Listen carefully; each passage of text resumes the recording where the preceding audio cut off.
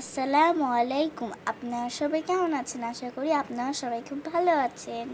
ঝিঙা দিয়ে চিংড়ি মাছ রান্নার রেসিপি নিয়ে চলে এসেছি মি অ্যান্ড মমস কিচেন থেকে। আশা করি পুরো ভিডিও জুড়ে আমাদের সাথেই থাকবেন। আর মজাদার এই রেসিপিটি ভালো লাগলে আমাদের চ্যানেলটি সাবস্ক্রাইব করে আমাদের পাশেই থাকবেন। গরম ভাতের সাথে ঝিঙা দিয়ে চিংড়ি মাছের এই তরকারি খেতে খুবই মজা লাগে। আপনারা চাইলে রুটি দিয়েও খেতে পারেন। চলুন আর দেরি না করে দেখে নিই আমার মাউনি কিভাবে ঝিঙা দিয়ে চিংড়ি মাছের এই লোভনীয় মজাদার তরকারিটি রান্না করে। এই তরকারি রান্না করার জন্য নিয়েছে ঝিঙা এভাবে গোল করে কেটে নিতে হবে। আর নিয়েছে ছোট চিংড়িগুলো খুব ভালো করে পরিষ্কার করে ধুয়ে নিয়েছে। এখন চলুন চলে যাই মেন রান্নাতে। ঝিঙা দিয়ে চিংড়ি মাছ রান্না করার জন্য একটি কড়াই বসিয়ে দিয়েছে। কড়াইটি খুব ভালো করে গরম করে নিতে হবে। কড়াইটি গরম হয়ে গিয়েছে, এখন তেল দিয়ে দেবে।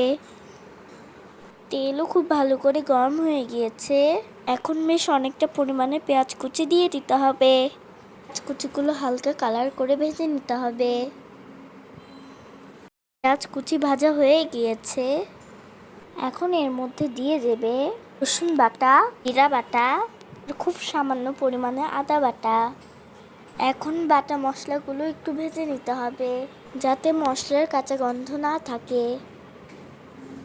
প্রায় 2 মিনিটের মতো ভেজে নিয়েছে। এখন এর মধ্যে দিয়ে দেবে আগে থেকে ধুয়ে পরিষ্কার করে রাখা চিংড়ি মাছগুলো একটু নেড়ে চেড়ে মশলার সাথে ভেজে নিতে হবে।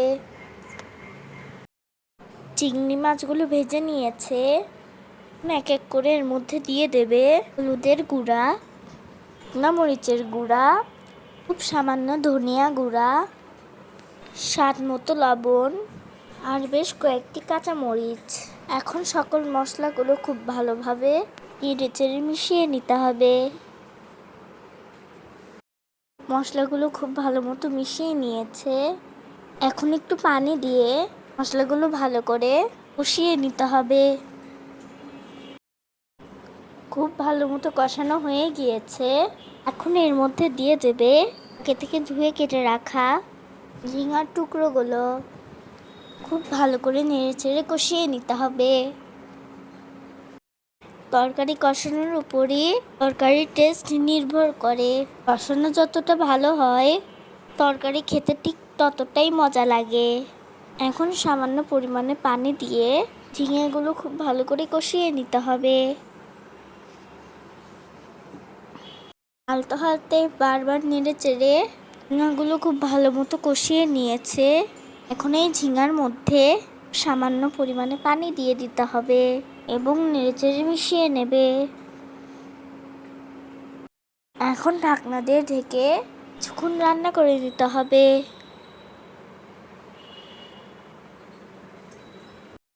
প্রায় 5 মিনিট পর ঢাকনা খুলে ঝিঙার তরকারি খুব আলতো হাতে নেড়ে দিতে হবে, নইলে ঝিঙাগুলো গলে যেতে পারে।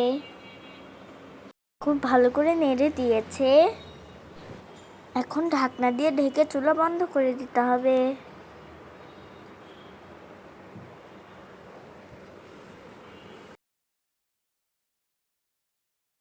ব্যাস তৈরি হয়ে গিয়েছে লোভনীয় স্বাদের ঝিঙা দিয়ে চিংড়ি মাছ রান্না। যারা এখনো ঝিঙা দিয়ে চিংড়ি মাছ রান্না খাননি, এই রেসিপি ফলো করে আপনার বাসায় অবশ্যই ট্রাই করবেন। আর রেসিপিটি যদি ভালো লেগে যায় তবে লাইক শেয়ার কমেন্ট করে আমাদের সাথেই থাকবেন। সবাই ভালো থাকবেন, আমাদের জন্য দোয়া করবেন। আল্লাহ হাফেজ।